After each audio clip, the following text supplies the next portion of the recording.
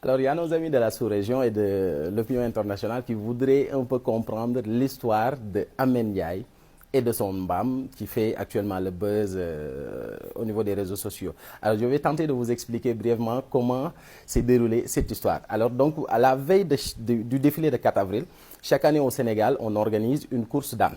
Alors, donc, l'enfant du nom de Amen Ndiaye était venu pour assister à la course avec son âne. Donc, lorsqu'on a donné le départ pour que effectivement les ânes puissent faire la course, l'âne d'Amen Ndiaye avait systématiquement refusé d'avancer, ce qui a créé un peu la frustration de l'enfant, d'où il a commencé à tenir des propos tels que je ne comprends pas pourquoi l'âne refuse d'avancer, parce qu'à chaque fois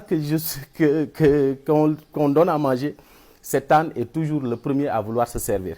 Alors donc là, ça a créé un peu une frustration pour l'enfant qui, voilà, ne comprenait pas pourquoi la réaction de cet âne. Et déjà, vous allez l'entendre dans les propos de l'enfant, il disait que une fois de retour à la maison, cet âne va voir de quelle boise je me chauffe. Alors donc c'était juste enfantin.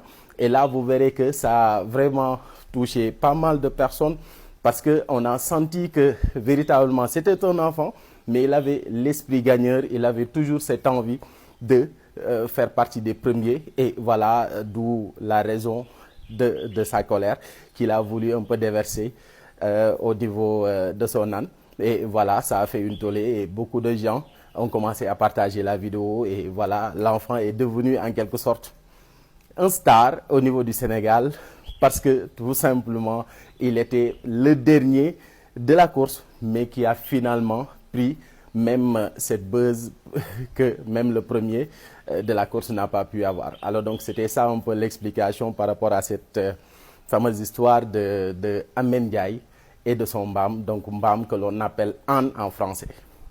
Voilà.